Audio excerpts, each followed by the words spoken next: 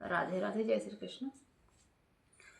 नारी का भाग्य मैया तीन हिस्सों में बांटा है। नारी का भाग्य मैया तीन हिस्सों में बांटा है। नारी का भाग्य मैया पहली भाग नारी ने माँ बाप को तारा है। पहली भाग नारी ने माँ बाप को तारा है। उनके घरे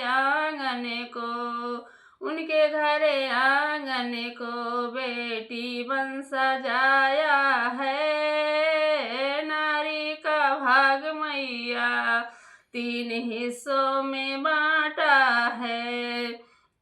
नारी का भाग मैया तीन हिस्सों में बांटा है। नारी का भाग मैया दूसरा भाग नारी ने पति को तारा है। दूसरा भाग नारी ने पति को तारा है। उनके मन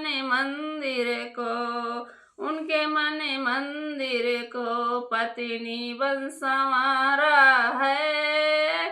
उनके मन मंदिर को पत्नी बन संवारा है। नारी का भाग मैया तूने तीन भागों में बांटा है।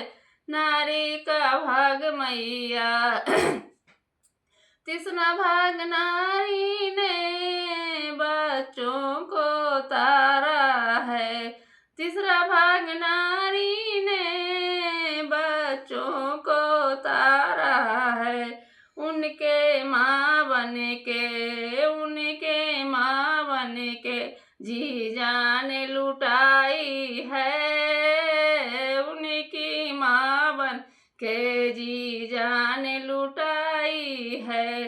नारी का भाग मैया तीन हिस्सों में बांटा है। नारी का भाग मैया